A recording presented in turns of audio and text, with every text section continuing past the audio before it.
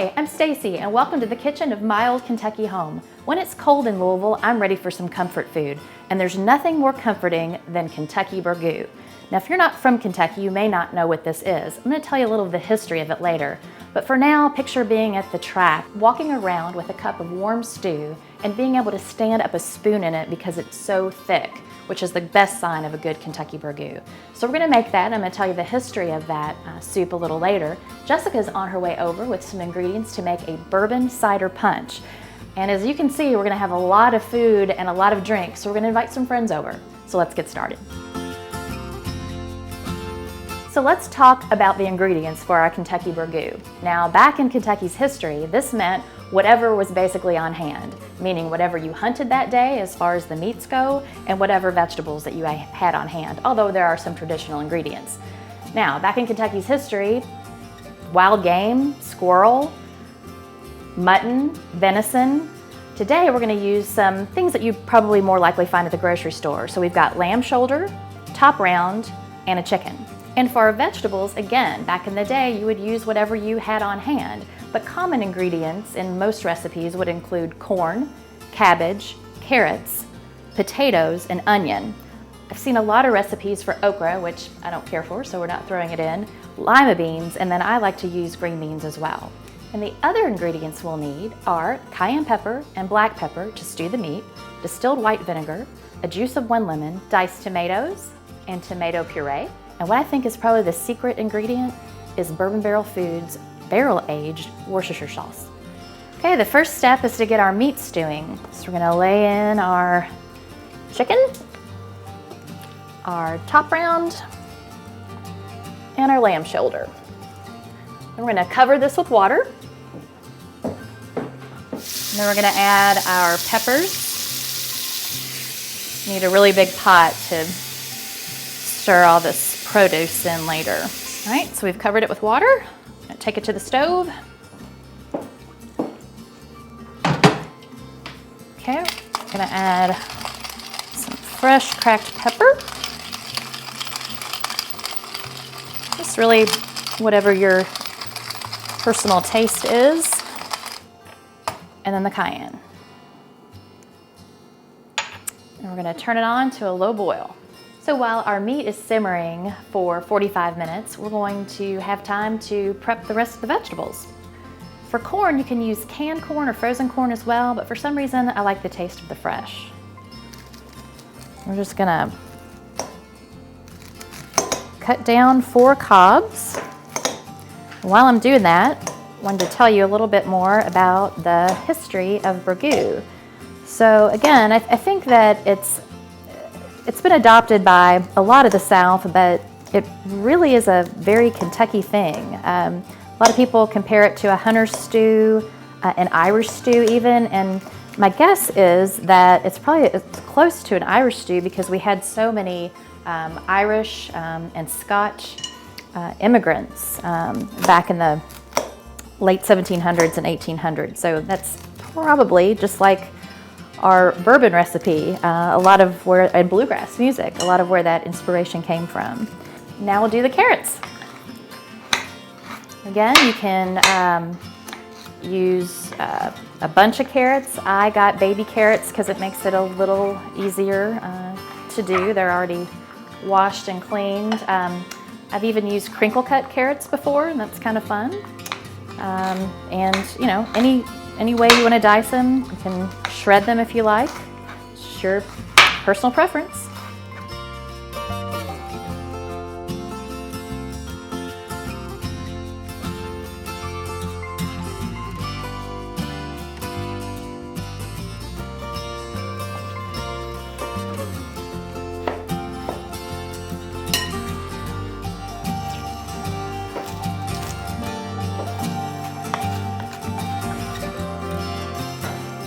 Okay, our meat is ready to come off the stove.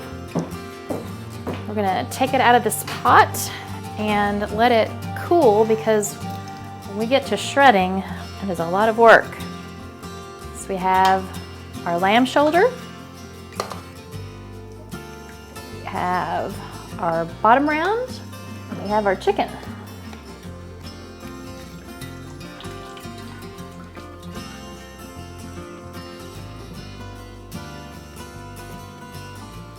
Okay, we're just gonna let these cool. While our meat is cooling so that we can shred it, we have a lot of work to do still. So you don't want to pour out your stock. That is like the golden part of this recipe, and I wish you could smell this right now. It's already smelling like burgoo. So this is all the rendering of the fats off these meats and the cayenne and the pepper. It just has a great aroma to it right now. So we're just gonna add our vegetables that we have prepped. So we'll start with cabbage, lima beans. This bowl had everything: corn, potatoes, onion, green beans, carrots. It was a lot of work.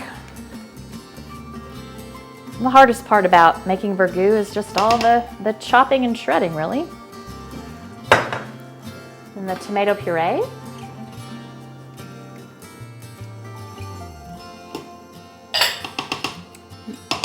The 3 pounds of diced tomatoes.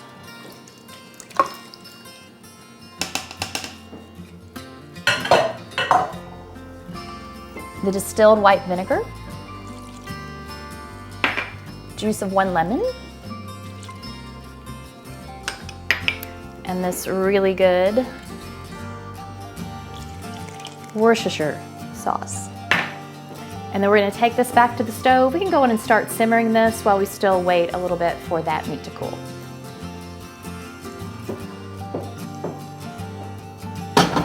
So this is not my favorite part of making burgoo. Not because I don't like to touch the meat or anything, but shredding is a bit laborious. I am told that there is some sort of claws that you can use for this, so I'll have to look into that for next time. I'm gonna start with kind of the medium one. It's the beef that's the real bear. This is the lamb shoulder, and since I don't have this shredding claw, I'm just going to use 2 back sides of a fork and get in there with my hands when I need to. And you basically just shred the beef.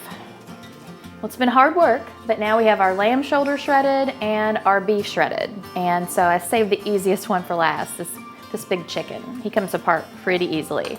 So you do want to remove the skin. It's really not good in your burgoo. And you want to discard any bones in a bone bowl too. Again, you can keep using the 2 back sides of a fork and see how easily that comes off as opposed to the beef. And then also with the chicken, it's just really easy to pull it apart with your hands as well. So we are going to be finished with this in no time. And then we will get this meat over to the pot that is simmering with all the produce. Okay, we have our meat shredded and we're ready to add it to the stock pot.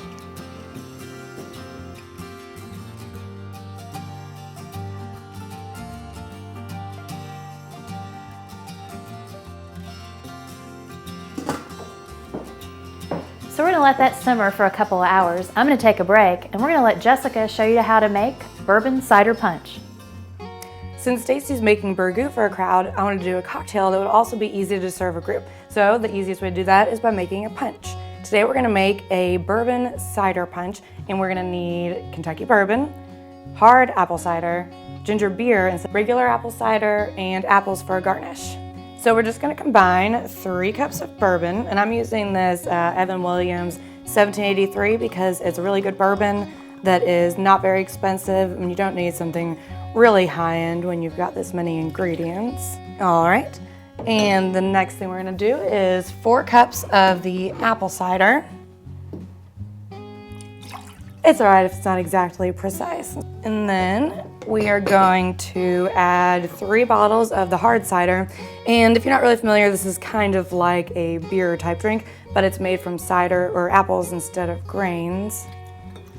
So it is alcoholic in addition to the bourbon. And then lastly, we're going to add 2 bottles of ginger beer. And this is actually a ginger beer that is made right down the street in Butchertown at our local brandy distillery at Copper and Kings. And this one's called, it's the Butchertown Soda brand. And this is gonna make the whole punch a bit more refreshing and have a little bit of extra bite to it.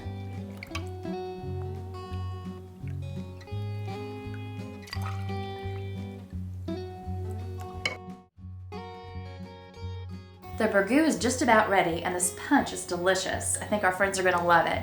Which, speaking of friends and feeding a lot of people, this Burgoo really does. So I wanna reiterate, even though it seems time consuming, it's perfect to make on a lazy weekend and you'll get several meals out of it. Oh, and it sounds like our friends are here, so we'll see you next time on Bourbon and Biscuits. And for more episodes, visit us at culinarylouisville.com. Cheers!